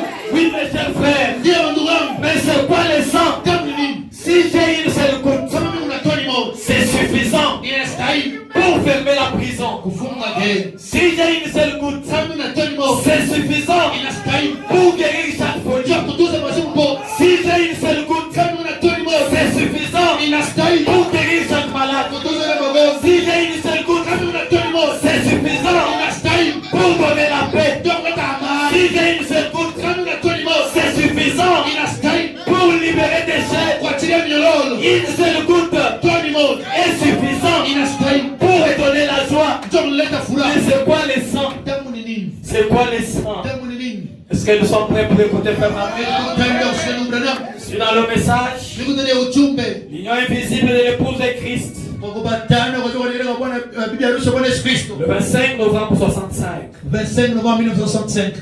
272, mia mbili 273 et 274. makumi saba na mbili na makumi mbili saba na tano na nne. Votre premier mariage a été annulé. Lakini bukweli wangu wa kwanza balikukataa. Oui. Ndio. Vous n'avez même jamais fait ça Mbele wao leo. au départ. Mbele mwanzo hata yao leo. En effet, Kusema mzuri. une seule chose Kitu kimoja a pu avoir cet effet-là. kile kilileta ile matokeo C'est que Dieu lui-même ni kusema Mungu peke yake soit descendu, alishuka prendre votre place achukue nafasi yake sous forme du Fils de Dieu, kumfanya mwana wa Mungu Jésus-Christ, Yesu Kristo. et qu'il vous ait lavé par l'eau, Anakutakasa kupitia maji, par le lavage d'eau, kupitia utakaso wa maji, par la parole. kupitia neno. La parole, Neno pas la dénomination. haina sehemu hapa. Par la dénomination, Sehemu c'est un feu étranger. ni moto ya Ça kigeni amène la mort. inaleta kifo. Mais la parole, Neno pas la dénomination, haina sehemu, c'est la parole qui vous a lavé. ni neno la kusafishwa. Mais Lakini si vous ne voulez pas vous tenir dans l'eau de la parole, kama upende kubaki ndani ya maji ya neno, comment allez-vous être lavé? namna gani utasafishiwa? Vous êtes encore aussi taché qu'Ève. Ukiingaliki tena na doa sawa au Oh, hey, cher agneau mourant, mwana kondoo alikufa, ton précieux sang ne perdra jamais sa puissance. lakini damu yake haitapoteza uwezo. Jusqu'au jour où l'église rachetée Tina wale kanisa ilikombolewa, soit sauvée à jamais, iokolewe kwa milele, délivrée du péché. kokolewe kupitia dhambi. Le péché, qu'est-ce? Dhambi kani? Qu'est-ce que c'est que le péché? Dhambi yenyewe ni nini?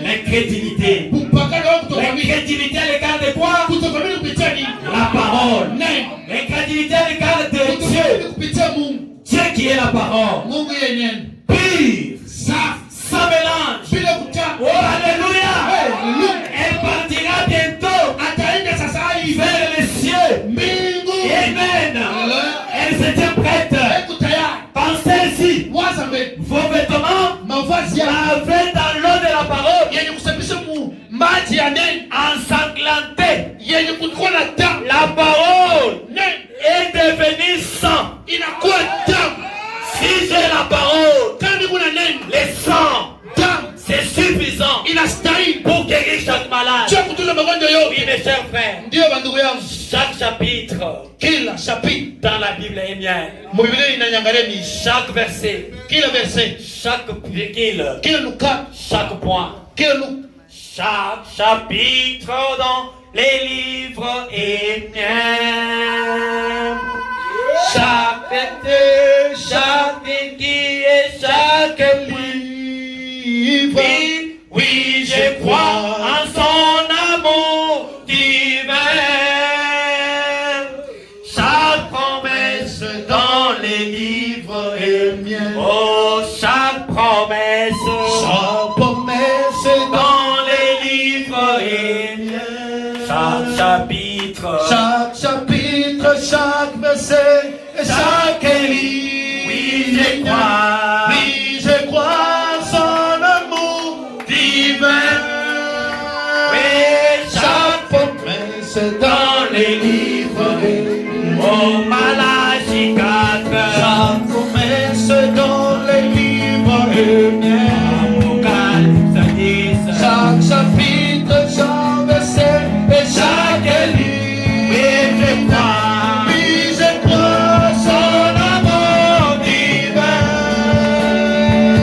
Chaque promesse dans les livres. La parole est devenue le sang. La parole est devenue sang. La parole enseignée pour vous. Vous êtes lavé dans la parole. La parole ensanglantée. La parole qui saigne. La vie de Dieu. La vie de Dieu. Dans la parole. Et la parole enseignée pour vous. Avec la parole de Dieu, chaque malade est guéri. Avec la parole de Dieu, chaque péché est délivré. Avec la parole de Dieu, chaque tristesse est ôtée. Avec la parole de Dieu, la joie est restaurée. Avec la parole de Dieu, les chaînes sont tombées. Parce que la parole est le sang.